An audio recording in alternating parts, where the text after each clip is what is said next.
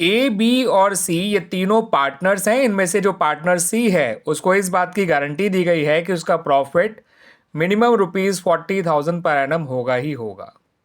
और अगर कोई डेफिशिएंसी हुई उसके प्रॉफिट में तो उसको ए और बी आपस में बेयर करेंगे इन द रेशियो ऑफ 2:1। अब during the given accounting year which ends on 31 मार्च 2024 इनकी फर्म को लॉस हो गया ₹1,86,000 का। अब आपको बताना है स्टूडेंट्स कि कितना अमाउंट डेबिट किया जाएगा बी के कैपिटल अकाउंट में इन टोटल, यानी कि टोटल अमाउंट जिससे बी को डेबिट किया जाएगा finally at the end of the year वो कितना होगा। आपको 4 ऑप्शंस दे रखे हैं। ऑप्शन ए में ₹62,000, ऑप्शन बी में ₹96,000, ऑप्शन सी में ₹1,30,000 और ऑप्शन डी में ₹1,13,000। ठीक है स्टूडेंट्स, आपको इन चारों ऑप्शन में से सही ऑप्शन को टिक करना है। तो ये आंसर कैसे सॉल्व किया जाएगा स्टूडेंट्स, इसको समझ लीजिए।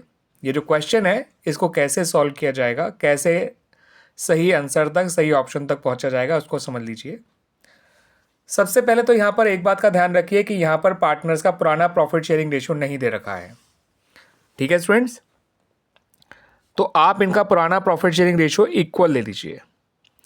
तो जो 1,86,000 का जो लॉस हुआ है उसको सब में बांट दीजिए इक्वली। तो ए के हिस्से में भी 62,000 आएगा, बी के हिस्से में भी 62,000 आएगा और सी के हिस्से में भी 62,000 आएगा।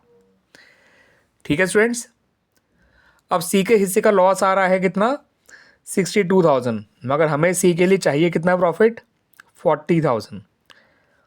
ठीक है स्टूडेंट्स, अब -62 को +40 बनाना है आपको, तो आपको +102 करना पड़ेगा। यानी आपको 1,02,000 रुपये की डेफिशिएंसी हो गई है, याद रखिएगा इस बात को।